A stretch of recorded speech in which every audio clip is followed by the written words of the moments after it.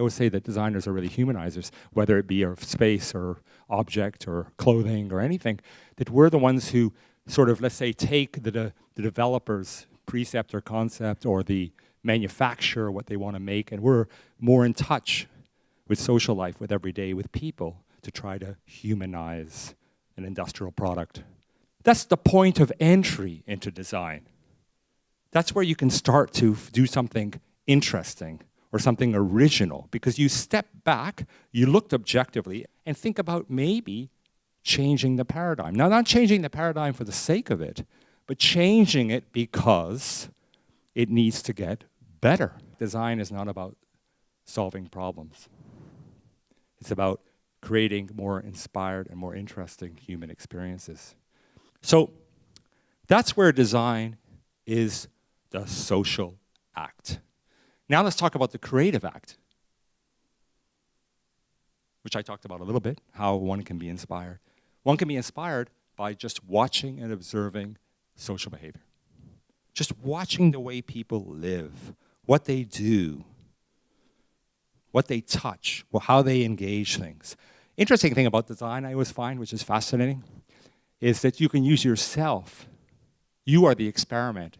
And one must understand, when I talked about a social act, is that you need to be a little selfless to be a good designer.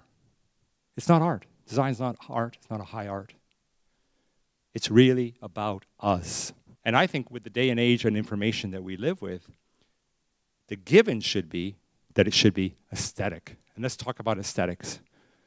Aesthetics, Greek, etymology, feeling. It's not visual, it's feeling. And feeling relates to, or is, human experience. So you could argue if we want to produce a more aesthetic world, we're producing a more experiential world.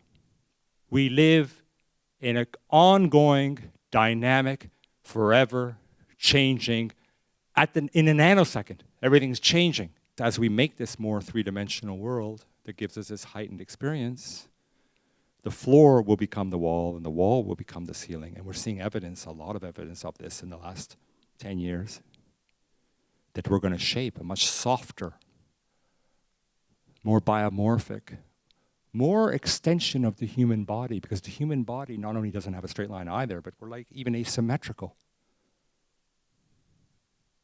And we'll produce this world that you could argue is softer, visually softer, emotionally softer, physically softer, physically more casual. And the digital age will afford us to live this more seamless, more casual age. And when I say casual, like casualism, meaning I work from home or the office. I wear what I like. I am who I am.